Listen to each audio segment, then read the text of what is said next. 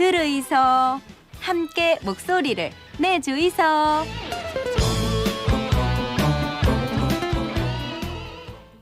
우리나라가 강국이 되기 위해서는 각자 도생하는 게 아니라 다른 나라들과 교류도 하고 함께 성장해 나가야겠지. 그중에서 떠오르는 축 아세안 시장이 우리나라에게 어떤 가치를 가지고 있는지 알아보고 보다 발전적으로 한 아세안 외교 정책을 수립하기 위해 어떻게 하면 좋을지 전문가 의견을 들어보겠습니다. 예, 부산 외국어대학교 김동엽 아세안 연구원장 함께하겠습니다. 원장님 어서 오십시오. 어서 오십시오. 네, 감사합니다. 초대해 주셔서. 예. 2019 부산 한 아세안 특별 정상회의가 부산에서 열렸는데 그 이후에 사실 아세안과 관련된 교류나 물론 코로나19 시기이기 때문에 여러 가지 뭔가 활성화될 수 있는 게 많을 것 같은데 조금 주춤한 것 같아서 오늘 한번 초대를 했습니다. 그 아세안에서 우리나라 입지가 그러면 어느 정도나 되는 건가요? 간단히 말씀을 드리면은 예. 아세안 사람들은 우리나라를 상당히 좋아하지만 전략적인 측면에서 여론 주도층들은 그다지 그렇게 중요하게 혹은 믿음직하게 생각하지 않는다. 이렇게 우리가 평가를 해볼 수가 있습니다. 그 한 예로서 예. 싱가포르에 있는 그 동남아 연구소라고 아주 중요한 띵크탱크가 있습니다. 예. 여기에서 이제 매년 보고서를 출판을 하는데 예. 그중에 이제 한 질문이 뭐냐면은 이 미국과 중국 간의 패권 경쟁이 있을 때 함께 협력할 수 있는 파트너로서 제3국에 어떤 국가들이 있느냐, 어느 국가가 중요하냐 이런 질문이 있는데 네네. 여기에서 1위로는 일본이 나와 있습니다. 그리고 2위가 EU로 나와 있고 일본이 38%를 얻었는데 우리나라는 호주, 인도, 뉴질랜드 다음에 3%를 얻어서 가장 하위를 차지했습니다. 이건 뭐냐면은 한류나 우리 기업들의 활동을 통해서 대중적인 이미지는 상당히 높은데 네네. 국가 지도자들이 우리나라를 바라보는 어떤 전략적 파트너로서는 아직 많이 미흡하다 이렇게 볼 수 있습니다. 네, 굉장히 입지가 굉장히 좋을 거라고 막연하게 생각했었는데 또 의외의 결과를 짚어주시네. 근데 듣지 않으니까 우리나라가 OECD 동남아 프로그램하고 아세안을 공유할 수 있는 특별한 위치에 있다 하던데 이게 무슨 말입니까? 예, 이 OECD는 다 아시겠지만 선진국 클럽이라고 하고 38개국이 있는데 우리나라는 93년에 가입을 해 있습니다.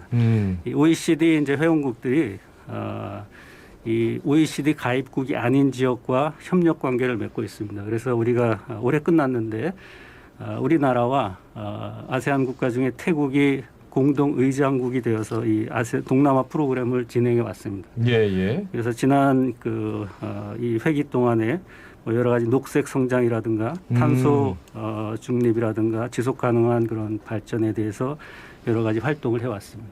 그러면 우리가 자격이 그러면은 끝나는 거예요? 어떻게 되는 겁니까? 이제 의장국에서 공동 의장국에서 이제 물러난 겁니다. 다음은 이제 호주와 베트남이 이제 의장국을 수임을 했습니다. 예. 우리가 북방 정책은 참 얘기 많이 했는데 문재인 정부 들어서 이 신남방 정책에 대해서 또 얘기가 있었단 말이죠. 이게 지금 임기 말이기 때문에 사실 효과나 어느 정도 평가 이건 또 좀 내려야 될 것 같은데 얼마나 효과가 있었는지 어떻게 보세요? 우리가 신남방 정책을 사실은 우리 문재인 정부에서 상당히 중요한 외교 정책으로 이렇게 추진해 왔습니다. 네네.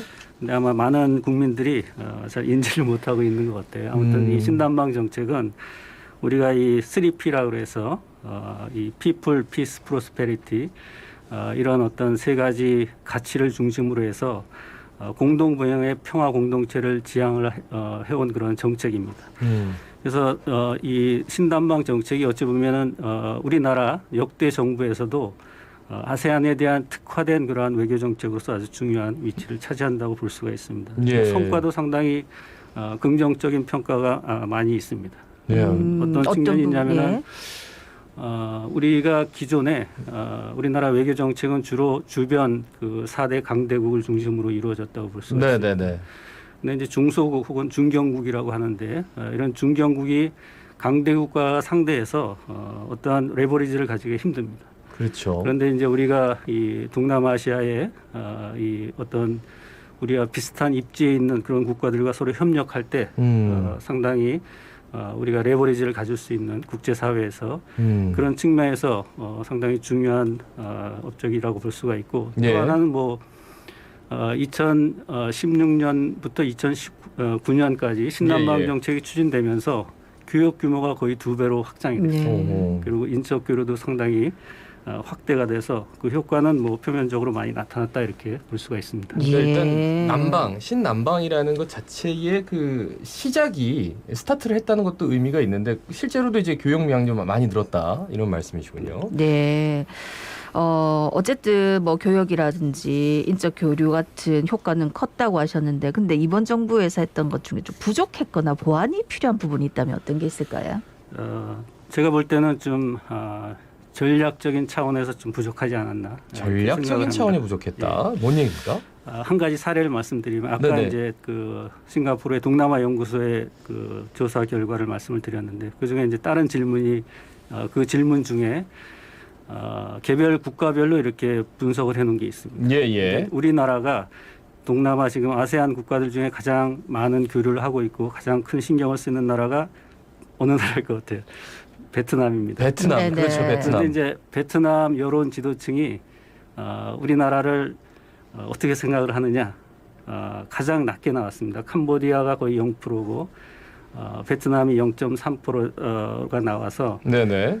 아세안 10개 국가 중에서 거의 우리나라를 가장 신뢰하지 않는 여론 지도층을 말씀드리는 그러니까 겁니다. 박항서 감독 가가지고 축구도 턱턱 이기고 그죠? 예. 우리나라 뭐 대기업 삼성도 가가지고 뭐 어쨌든 거기서 굉장히 크게 사업을 하고 있는데 오히려 우리나라가 가장 좀 높은 점수를 받을 것 같은데 0.3%요? 예, 그렇죠. 그러니까 이제 제가 전략적으로 부족하다고 하는 게 이런 경제 교류의 활성화라든가 이런 것과 안보나 정치적인 차원이 서로 연결되고 결합된 그러한 접근을 해야 되는데 예예. 우리가 그렇지 못한 거예요.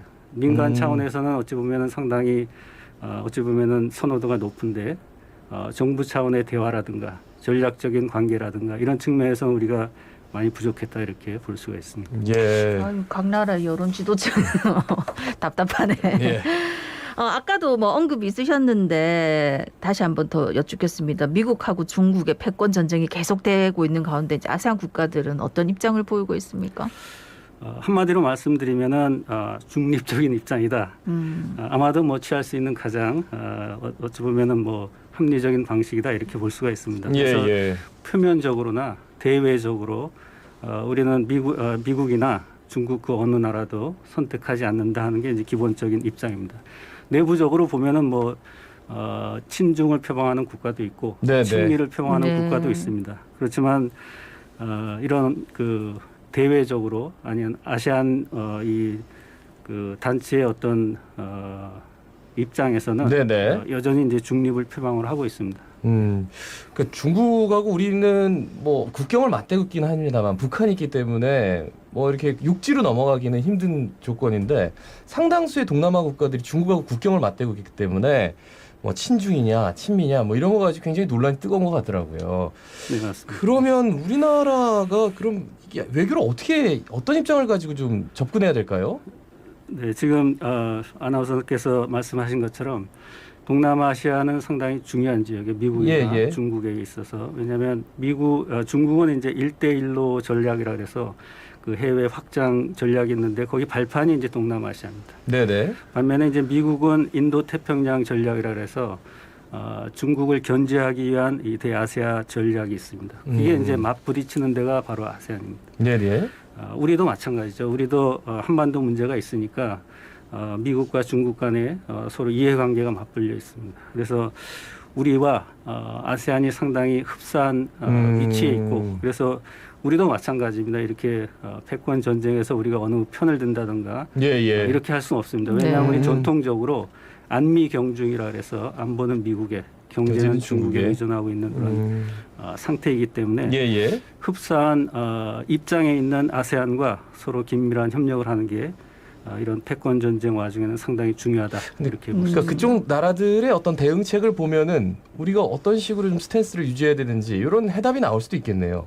그렇죠. 예, 비슷한 우리도 끝까지 어느 한 편을 선택하지 말아야 되고 네. 선택이 강요되지 않도록 지속적인 노력을 해야 된다 이렇게 볼 수가 있습니다. 예. 동남아 사실 좀 뭐 미얀마도 그렇고 정치적으로 좀 이렇게 안정되지 않은 나라도 있고요. 그래서 동남아의 정치 발전하고 우리나라는 또 어떤 연관이 있는지 거기서 또 한국 역할은 뭔지도 궁금합니다. 상당히 중요합니다. 아까 이제 그 사회자께서 말씀하신 것처럼 미얀마 사태를 우리가 목격하지 않았습니까? 네. 사실 미얀마는 우리나라한테 상당히 중요한 나라였어요. 왜냐하면 우리가 베트남에 대한 어떤 교육이라든가 이 의존도가 상당히 높은데 거의 뭐 40% 이상이 베트남에 집중돼 있습니다. 그래서 예. 우리가 포스트 베트남으로서 많은 학자들이나 혹은 정책 결정자들이 미얀마를 생각을 했어요. 그래서 교류가 급속하게 확대되고 있는 와중에 이 사태가 벌어져서 지금 이제 거의 다 중단돼 있는 상태라고 볼 수가 있습니다. 그러니까 우리가 정치적인 안정, 특히 이제 민주주의의 발달은 상호 국가 간의 어떤 관계에 있어서 미래지향적인 파트너로서 상당히 중요합니다. 이건 가치를 공유하는 거기 때문에 그렇다고 볼 수가 있습니다. 그러면 이제 우리가 어떻게 이제 이 아세안 국가들의 정치 발전을 도울 수 있느냐? 아세안 국가들은 이제 독특한 원칙이 있습니다. 어떤 뭐냐면은 내정 불간섭, 합의와 협의에 따른 만장일치제. 그래서 우리가 직접적으로 정치적인 어떤 언급을 한다든가 이런 것들은 가급적 피해야 됩니다. 그래서 우리가 간접적으로 도울 수밖에 없어요. 그건 뭐냐면은 일단은 민주주의가 성숙을 하려면은 경제가 발전해야 돼요. 경제 발전 없이 민주주의가 성숙한다는 것은 사실은 이론적으로도 힘든 그런 내용입니다. 그래서 경제 발전을 돕고 또 시민 사회를 증진시킬 수 있는 여러 가지 그런 교류 프로그램, 특히 이제 교육 프로그램을 우리가 협력하는 게 가장 중요합니다. 이게 이제 민주주의가 성장을 하려면 이 피플 임파워먼트라고 하는데 이 역량을 강화해야 됩니다. 시민들의 역량 강화, 그런 분야, 간접적인 분야에서 우리가 좀 역할을 할 수 있지 않을까 이렇게 생각을 합니다. 만장일치제예요? 그러면 우리는 이제 다수득표, 뭐 다수결의 원칙 이런 것들을 따지는데 여기는 여전히 권위주의 정부가 좀 많은 건지 어떻게 판단해야 될까요?